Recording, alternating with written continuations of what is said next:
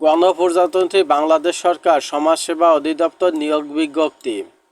সমাজ কল্যাণ মন্ত্রণালয়াধীন সমাজ সেবা অধিদপ্তর নিম্নোক্ত শূন্যপদে সরাসরি নিয়োগের মাধ্যমে পূরণের জন্য বাংলাদেশের স্থায়ী নাগরিকের নিকট হতে টেলিটক বাংলাদেশের মাধ্যমে অনলাইনে আবেদন করার জন্য আহ্বান করা যাচ্ছে।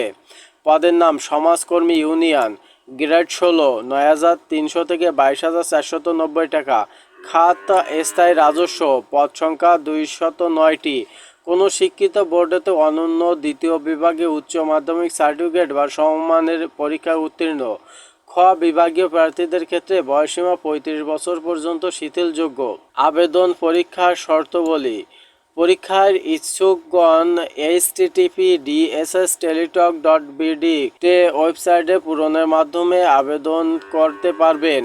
অনলাইনে আবেদন পূরণের ফি প্রদানের তারিখ শুরু 12/6/2024 থেকে 18/7/2024 রাত 12টা পর্যন্ত। পরীক্ষা ফি বাবদ 1 নং বর্ণিত পদের জন্য 200 টাকা, টেলিটক সার্ভিস চার্জ 23 টাকা, মোট 223 টাকা 72 ঘন্টার ভিতর প্রেরণ করতে হবে। এবার দেখে নেওয়া যাক কোন কোন জেলার লোক আবেদন করতে পারবেন না। রাজবাড়ী, বান্দরবান, খাগড়াছড়ি, রাঙ্গামাটি, জয়পুরহাট, গাইবান্ধা, লালমনিরহাট, ঠাকুরগাঁও, মাগুরা ও ঝালকাঠি। তবে এতিম ও প্রতিবন্ধী কোটার প্রার্থীগণ সকল জেলার লোক আবেদন করিতে পারবেন।